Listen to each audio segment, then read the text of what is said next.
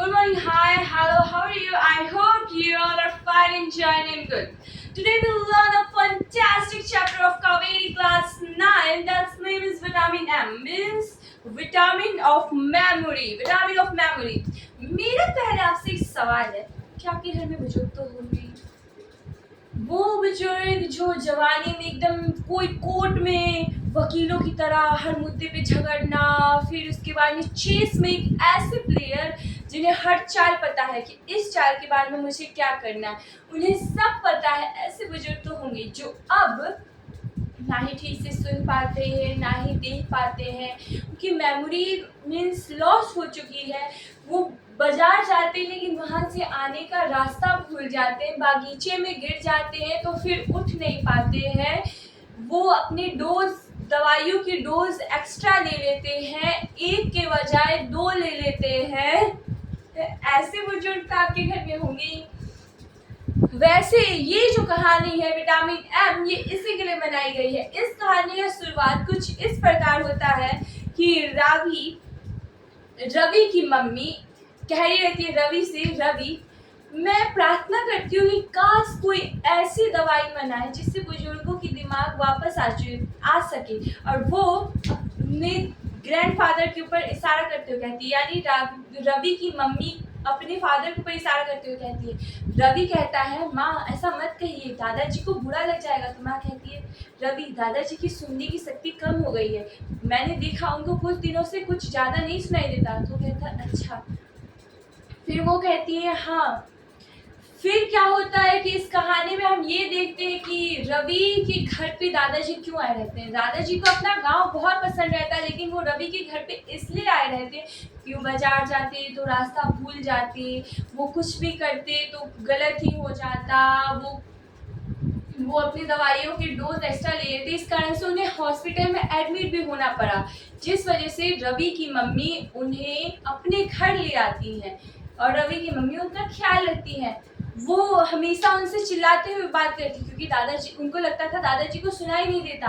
वो कहती अब मतलब जैसे उन्हें कुछ भी कहना हो कि अब आप न्यूज़पेपर लेने नहीं जाएंगे, आपका बाहर जाना बंद है, वो बहुत ज़्यादा चिल्ला के कहती।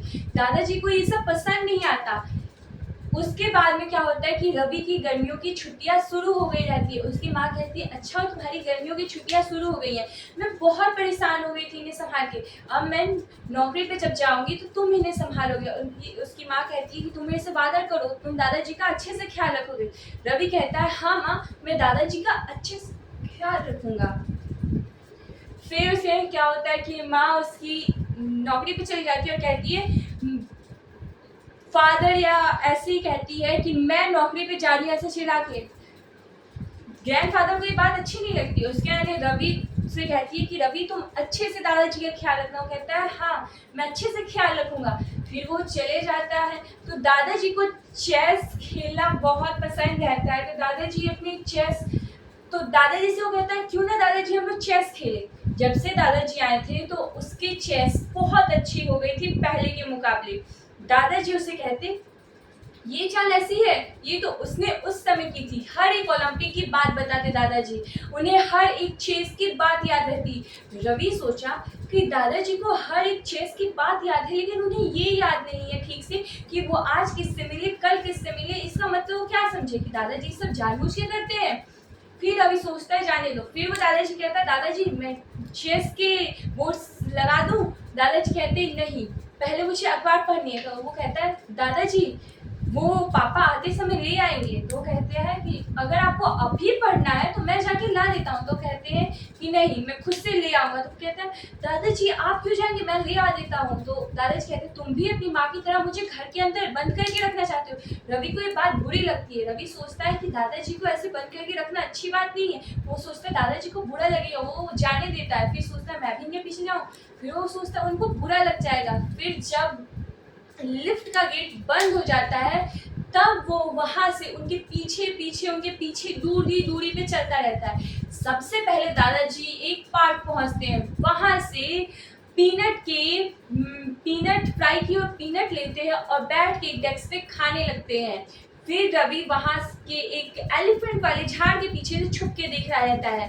वहां पे एक बच्चा आकर कहता है क्या आप हाइड एंड सीक खेल रहे हैं? वो कहता है नहीं मैं हाइड एंड सीक नहीं खेला। कह रहा है नहीं नहीं आप हाइड एंड सीक खेल रहे हो। तो उसने कहा कि मैं हाइड एंड सीक नहीं खेला हूँ, तुम चुप रहो। फिर वो कहता है नहीं आप हाइड एंड सीक खेल रहे, मुझे भी खेलना। वो भी उस झाड़ी के पीछे बैठ कहता है तुम चुप रहो। उसकी माँ देख लेता है, कहती है तुम मेरे बच्चे के साथ क्या कर रहे हो। उसकी माँ बहुत ज्यादा चिल्लाने लगती है, कहता चुप रहिए चुप रहिए। वहाँ पे भीड़ इकट्ठा हो जाती है, रवि को वहाँ से भागना पड़ता है। फिर देखता है कि दादाजी एक आइसक्रीम वाले के पास गए हैं। फिर वो सोचता है दादाजी आइसक्रीम वाले के पास, तो फिर वो छुप के देख रहा रहता है वहां से एक सिल्वर कार के पीछे छुप के वो देख रहा रहता है। फिर क्या होता है दादाजी आइसक्रीम खाते चले जाते हैं।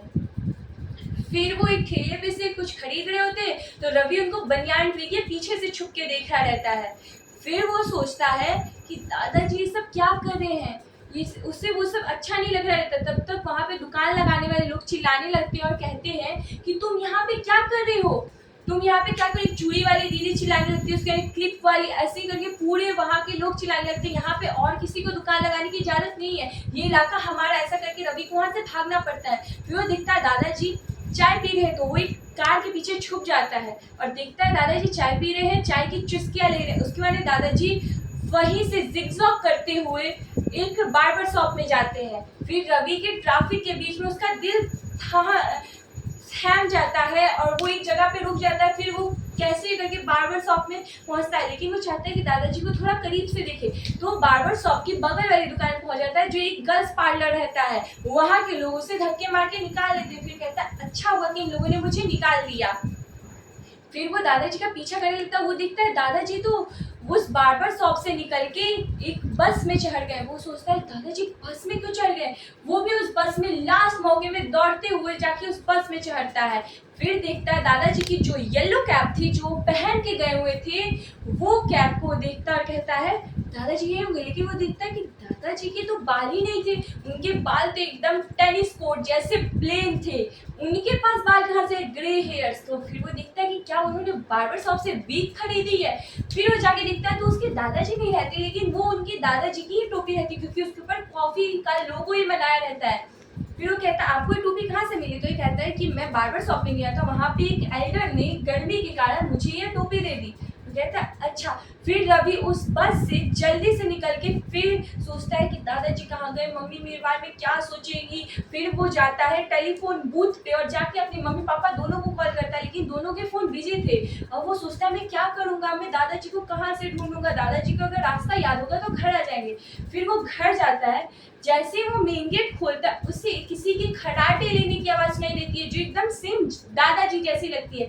फिर वो रूम के अंदर जाता है, देखता है उसके दादाजी वहाँ पे सो रहे हैं। फिर उससे अपने दादाजी के ऊपर इतना प्यार आता है कि वो दादाजी के सर के ऊपर अपना सर रख के प्यार करता है। दादाजी के फेस से उसे सेविंग क्रीम की खुशबू आ रही थी क्योंकि दादाजी ने सेविंग करवाई थी। फिर क्या होता है कि रवि वहीं पे बैठा रहता है, दादाजी को देखता है। फिर सोचता है कि मैं क्या कहूँ, दादाजी से इसके बारे में पूछूंगा तो मेरे से कहेंगे कि तुम मेरा पीछा करेंगे, तब उन्हें बुरा लगेगा। तो रवि सोचता है कि मैं इस बारे में कोई बात नहीं करूंगा उनसे। फिर क्या होता है कि रवि की मम्मी और उसके पापा शाम को घर आ जाते हैं। दादाजी बैठे रहते हैं, उनके हाथ में एक गिफ्ट पैक बॉक्स रहता है। फिर रवि के मम्मी पूछती ये किसके लिए। तो कहते हैं वो दादाजी की ये रवि के लिए। तो कहती है रवि का बर्थडे तो 3 महीने पहले था, अभी क्यों। तो कहते हैं दादाजी कि तुम भूल गई, मैं हमेशा अपने बर्थडे पे बच्चों को गिफ्ट देता हूँ। फिर उसकी माँ को याद आता है आज दादाजी का बर्थडे क्या। वो जाके देखती कैलेंडर में एक दिन मार्क करके उसने रखा था महीने की शुरुआत में ही पापा's बर्थडे। फिर उसे याद आता है। फिर वो सारे लोगों को गिफ्ट देते हैं, रवि के पापा को, उसकी मम्मी को, रवि को। रवि जब अपना गिफ्ट अनबॉक्स करता है उसके अंदर एक बुक निकलती है, द डिटेक्टिव स्टोरी। फिर वो ऐसे दादाजी की ओर देखता है, दादाजी मुस्कुरा के कहते हैं इसे पढ़ना, तुम्हें पता चलेगा कि जासूसी करने में और तुम्हें कामयाबी मिलेगी और अच्छे से तुम जासूसी कर पाओगे। फिर सोचता है दादाजी को इस बारे में पता है क्या। फिर दादाजी कहते हैं तब तुम्हें पता चलेगा, जासूसी करते हुए किसी भी येलो कैप के पीछे नहीं जाते हैं, देख के जाना चाहिए, तुम्हें और अच्छे से डिटेक्टिव बनने में मदद होगी। फिर उसके पापा कहते हैं क्या रवि तुम जासूस बनना चाहते, मुझे तो ऐसा नहीं लगता कि रवि डिटेक्टिव बनना चाहता है। तो रवि कहता है अभी इस बारे में मैंने कुछ सोचा नहीं, क्योंकि वो सोचा रहता है कि दादाजी की आंख में ये जो चमक है वो इस बात की है कि उन्हें सब याद है, उन्हें सब पता है कि क्या हुआ क्या नहीं हुआ, या इस बात की है कि उन्हें कुछ नहीं पता। I hope you all like this story. It's a fantastic and brilliant story. Bye bye, cuties. Bye bye.